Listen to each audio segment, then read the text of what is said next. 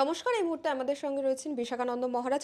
প্রথমেই যেটা জিজ্ঞাসা করব যে রবীন্দ্র ঘোষ যিনি লড়াই করছিলেন রীতিমতো, তিনি কিন্তু হসপিটালে ভর্তি হয়েছেন।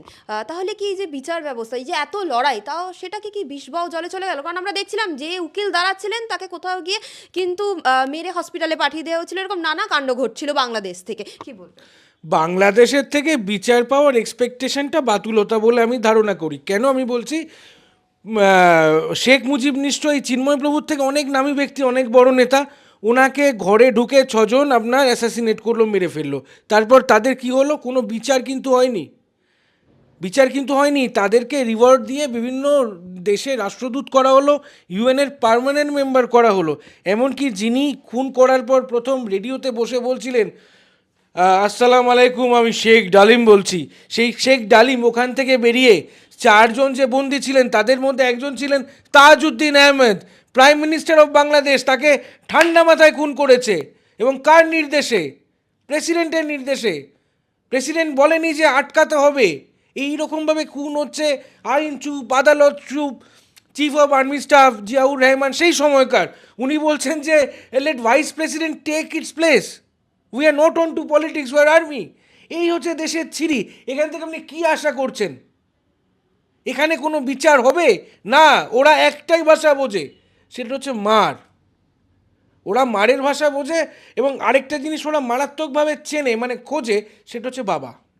ওরা তুলেছে না একটা যে দেশের পিতা ইব্রাহিম, শেখ মুজিব ঘোড়ার ডিম। তো আমি বলবো আরাকান আর্মি ঢুকে গেছে, হ্যাপি নিউ ইয়ার, নতুন বাবা পেয়ে গেছো, এনজয় ইউর ফাদার।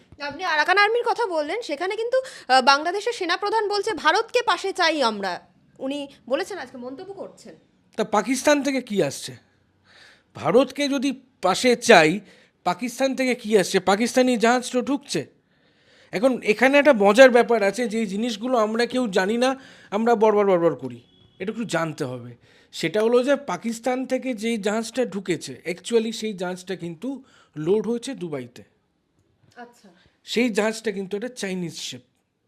ঠিক আছে, সেই শিপটা দুবাই থেকে এসে আপনার করাচি পোর্টে গিয়ে ঠেকেছে, কিছুক্ষণ দাঁড়িয়েছে, ও এসেছে চাটগা পোর্টে, আনলোড করে চলে গেছে আপনার বেইজিংয়ে, মানে চায়নার কোনো একটা পোর্টে। এর প্রশ্ন হলো ওখানে গেছে কেন, মানে what is it all about? ব্যাপারটা হলো যে কোল্ড ওয়ার নিয়ে তো শুনেছেন আপনি। কোল্ড ওয়ারটা কী ছিল? যে আমেরিকা এবং ইউএসএসআরের মধ্যে, ইউএসএ এবং ইউএসএসআরের মধ্যে তৎকালীন একটা যুদ্ধ আছে। সেখানে আপনারা ডামি স্টেট দরকার ছিল। ইউএস দেখলো যে আফগানিস্তান যুদ্ধবাজ গ্রুপ, ওরা সবসময় মারপিট করে, এদেরকে আমরা স্কেপগোট করব, বলিকা বাঁকড়া করব, করে আমরা ইউএসএসআরের সঙ্গে লড়াই করব। এই নিয়ে বিভিন্ন রকমের লেখালেখি রয়েছে, এমনকি সিনেমাও রয়েছে, র্যাম্বো, সিলভেস্টার স্টালোনের, দেখেছেন হয়তো। তো আলটিমেট কী হলো? এই কোল্ড ওয়ারটা তো শেষ হলো, আফগানিস্তানও কিন্তু আপনার মাটিতে মিশে গেল। একই জিনিস এই মুহূর্তে হচ্ছে আপনার ইউএসএ এবং চায়নার মধ্যে, চীনের মধ্যে। যে চীন আপনার second most powerful state in the world. এবার এদের মধ্যে লড়াই হচ্ছে।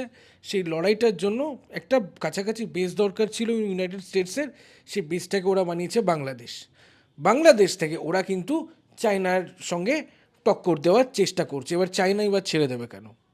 এতদিন যেটা ছিল সেটা হচ্ছে যে চায়নার একটা এনভায়রনমেন্টাল ব্যাপার ছিল, যে আমাদের দেশটা নোংরা হয়ে যাচ্ছে। আপনারা জানেন 2015-তে বা 2016-তে চায়নার অবস্থা খুব খারাপ হয়ে গেছিলো।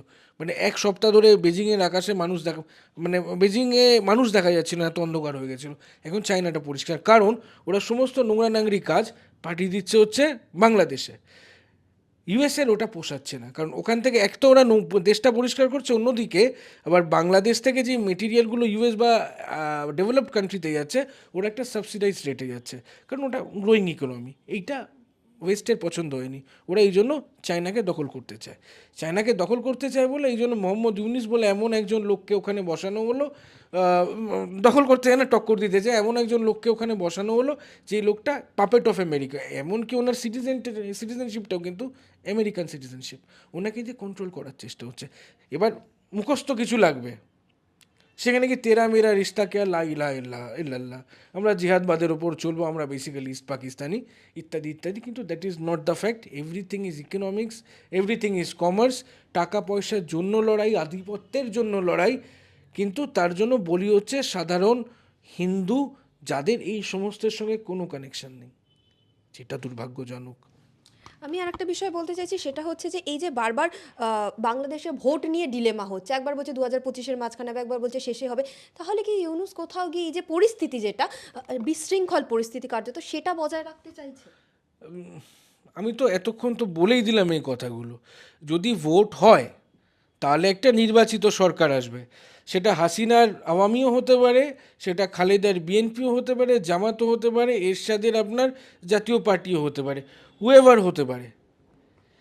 তাহলে সে যে একেবারে অ্যাকিউরেটলি আপনার আমেরিকার প্রতিটা অঙ্গুলি হেলনে চলবে, সেটার একটা প্রশ্ন থাকে। এইবারে আমেরিকাও কিন্তু দুটো আপনার গোড়া লবি রয়েছে, একটা রিপাবলিকান, একটা ডেমোক্র্যাট। ডেমোক্র্যাট কিন্তু এতদিন ধরে ইউনুসকে সাপোর্ট করে এসেছিল। এবার 20 তারিখে ট্রাম্প কিন্তু বলছে আমেরিকা ফার্স্ট। আমার অত ভাই দয়ার শরীর দেখানোর দরকার নেই, আমরা অত রেশিয়ালিজম নিয়ে কথা বলবো না, আমার বর্ণ নিয়ে কথা বলবো না, আমরা ওমেন রাইটস নিয়ে অত কথা বলবো না, আমরা গে রাইটস নিয়ে কথা বলবো না। আমি দেখব আমার দেশটা সমৃদ্ধ আছে কি নেই। সেক্ষেত্রে এই যে নাটকগুলো চলছে, এগুলো কিন্তু বড় হবে, আরও মানে বড় আকার পেতে চলেছে। এবং সবচেয়ে বড় যে ব্যাপারটা হবে সেটা হচ্ছে যে ইউনুসের কিন্তু মারাত্মকভাবে ডানা ছাটা হবে। আজকে যে উনি উড়ন্ত পঞ্ছির মতো এদিক ওদিক উড়ে চলছেন, সেটা কিন্তু থাকবে না। বিভিন্ন দেশ দেখবে ইউনুসকে ব্যান করে দেবে। ওরা বলবে তুমি কে, you are not even a citizen of Bangladesh. মানে যতটা আমি বা আপনি বাংলাদেশি সিটিজেন নই, ঠিক অতটাই কিন্তু ইউনূস সাহেবও বাংলাদেশি সিটিজেন নন।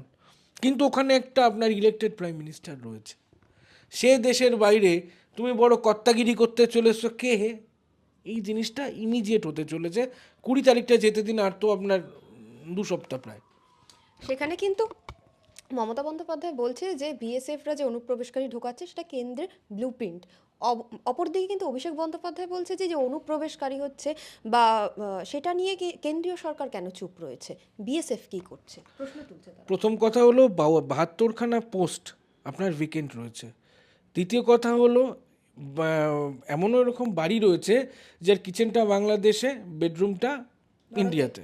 ঠিক আছে, এবারে 72খানা জমির জন্য, মানে 72খানা আউটপোস্টের জন্য আপনার ভারত সরকার কিন্তু দীর্ঘদিন ধরে পশ্চিমবঙ্গ সরকারকে বলছে আমাদেরকে জমিদান করুন, সেটা হচ্ছে না।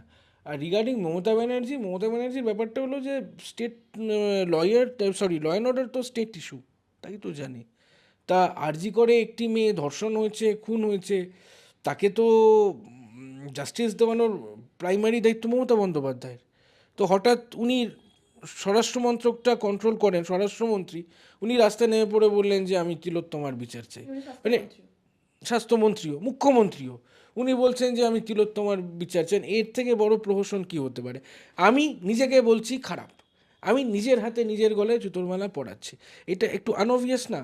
মানে আমি বুঝতে পারছি না আমি হাসবো না কাঁদবো, নাকি পাগল হয়ে যাব, নাকি কোথাও ট্যাসাইলামে ভর্তি হবো। আমি একা নই, আপনিও, উনিও, গোটা বঙ্গবাসী। এটা নিয়ে একটা মজা চলছে, কিন্তু ওই মজাটা থামাতে হবে। কারণ খালি ওই আমরা কি ললিপপ চুষবো এই কথাটা হবে না। হুমায়ুন কবির যেই কথাটা বলেছে, কবিরই তো মনে হয়, মুর্শিদাবাদী লোকটা, ওনার বিধায়ক, বা ববি হাকিম যে কথাটা বলেছেন, সেটা কিন্তু বাংলাদেশে রিফ্লেক্ট হচ্ছে। এবং ওখানকার মানুষজন মারাত্মক খুশি যে আমরা কিন্তু ইন্ডিয়ান মুসলিমদের থেকে একটা সাপোর্ট পাচ্ছি। কারণ কি সেটা বড় কথা না, তেরা মেরা রিশতা ক্যা, লা ইলাহা ইল্লাল্লাহ, এর ওপর আমরা সাপোর্ট পাচ্ছি, যেটা একটা ভয়ঙ্কর টেন্ডেন্সি। মানে আমাদের দেশের সার্বভৌমত্ব এবং আমাদের দেশের ধর্মনিরপেক্ষ যে সেকুলার স্ট্রাকচার রয়েছে, এটার ওপর একটা মারাত্মক আঘাত।